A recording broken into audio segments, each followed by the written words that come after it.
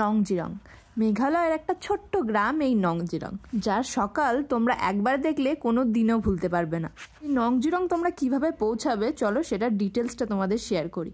তো নংজিরং আসতে হলে তোমাদের প্রথমে গুয়াহাটি আসতে হবে, গুয়াহাটি থেকে শিলং, দেন শিলং থেকে ক্যাব বুক করে সোজা নংজিরং যেতে পারো। এত সুন্দর একটা সকাল দেখতে হলে একটু কষ্টও করতে হবে, কারণ তোমাদের নংজিরং পৌঁছাতে হলে রাত্রি 2:30 থেকে 3টের মধ্যে শিলং থেকে ক্যাব বুক করে কিংবা গাড়িতে এই যে বেরোতে হবে, তবেই তোমরা 4টের মধ্যে 4টে 4:30 মধ্যে সেখানে পৌঁছে যাবে এবং সানরাইজটা দেখতে পাবে সুন্দরভাবে। শিলং থেকে নংজিরং হলো 50 কিলোমিটার, গাড়িতে ওই তোমাদের সময় লাগবে 2 ঘন্টা 10-15 মিনিট মতন। এবার চলো আমার এক্সপিরিয়েন্সটা তোমাদের সাথে শেয়ার করি। তো যেতে যেতে যেহেতু আমরা ম্যাপ দেখেই যাচ্ছিলাম, কিছুটা রাস্তা যাওয়ার পর ওখানে যখন আমরা পৌঁছে গেলাম আর কি, তখন আমাদের গুগল বন্ধ হয়ে গেল, কারণ পুরো ওখানে নেট কানেকশন একদমই নেই বলতে গেলেই চলে। লোকে যেদিকে যাচ্ছে আমরা শুধুমাত্র সেদিকে এগিয়ে গেলাম। তো তারপরে এখানে কিছু দূর আসার পর এখানে গাড়ি পার্কিং করার জায়গা রয়েছে, গাড়ি পার্কিং করে দিতে পারো। তারপর এই লোকের সাথে সাথে চলতে গেলাম, কোথায় যাচ্ছে আমরা নিজেরাও জানি না, প্রচুর লোক যাচ্ছে, আমরা শুধুমাত্র ভিড়ে হেঁটে যাচ্ছি, যে কত দূর জানি না, চলেই যাচ্ছি শুধু। তারপর কিছুটা আসার পর এখানটা পুরো অন্ধকার ছিল, আস্তে আস্তে দেখছি সূর্যোদয় হচ্ছে।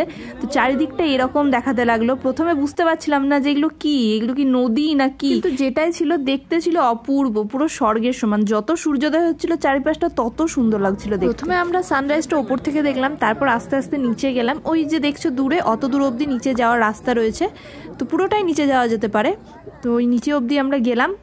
নিচেটা আরও সুন্দর লাগছিল নিচে থেকে দেখতে, কিন্তু রাস্তাগুলো ছিল এরকম উবড় খাবড়, পাহাড়ের গা যেরকম হয় আর কি, পাহাড় কেটে কেটে রাস্তা সেরকমই ছিল।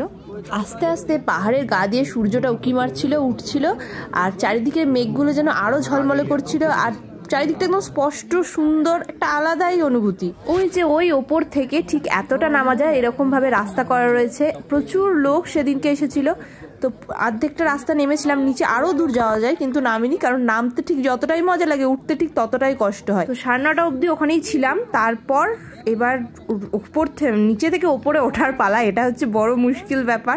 নামার তো মানে চারিদিকটা এত সুন্দর লাগছিল, তখন তো একদম লাফাতে লাফাতে নেমে পড়েছি, এবার উঠতে যেন দম বেরিয়ে যাচ্ছে। তো এই যে এবার খুব কষ্ট করে ওপরে উঠলাম, হাঁপিয়ে হাঁপিয়ে। মাঝে মধ্যে আমার মনে হচ্ছিল আমার জন্য একটা অক্সিজেন সিলিন্ডারের দরকার। তো যাই হোক, ফাইনালি উঠেই পড়েছি, অনেক কষ্ট করে ফাইনালি উঠেই গেছি। তো আজকের সকালটা সত্যি মনে রাখার মতন, কোনোদিনও ভুলবো না এত সুন্দর সকালটা। তো এটাই বলবো, যারা পাহাড় ঘুরতে ভালোবাসো অবশ্যই এখানে একবার এসে ঘুরে যেও। আমি এটা বলতে পারি যে এখানে এসে তোমাদের প্রত্যেকের খুবই ভালো লাগবে। আর হ্যাঁ, এখানে আসার জন্য সবথেকে ভালো সময় হচ্ছে অক্টোবর থেকে ডিসেম্বর। যেহেতু মেঘালয় হলো বৃষ্টিপ্রবণ এলাকা, তো এখানে বেশিরভাগ টাইমে বৃষ্টি হয়, কিন্তু এই অক্টোবর নভেম্বর এই টাইমটা এখানে একদম খুব সুন্দর ঝলমলে একটা রোদ দেখতে পাওয়া যায়। এই টাইমটায় বৃষ্টির সম্ভাবনা খুবই কম থাকে, কিন্তু ঠান্ডাটা প্রচণ্ড থাকে। এই সময় এখানে ঘুরতে এলে এইরকম একটা ঝলমলে সুন্দর ওয়েদারে অবশ্যই একটা সুন্দর অপূর্ব দৃশ্য দেখতে পাবে, কিন্তু অন্যান্য সময় বেশিরভাগ টাইমটাই ফগে ঢাকা থাকে। আর হ্যাঁ, এখানে এলে অবশ্যই কিন্তু বাড়ি থেকে চা বানিয়ে এনো, কারণ এখানে কাছে টাছে কোনো দোকান টোকান কিচ্ছু নেই। চোখের সামনে এরকম একটা সুন্দর দৃশ্য দেখতে দেখতে চা খেতে সত্যি কথা বলতে খুবই ভালো লাগবে।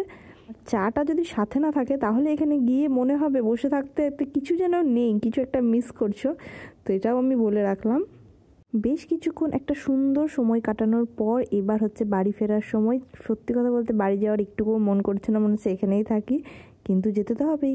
যেহেতু আসার সময় এসেছিলাম রাতের অন্ধকারে, তাই সময়টা একটু বেশি লেগেছিল, কিন্তু এখন প্রায় 1 ঘন্টার মধ্যেই পৌঁছে যাব। ভিডিওটা তোমাদের কেমন লাগলো অবশ্যই জানিও।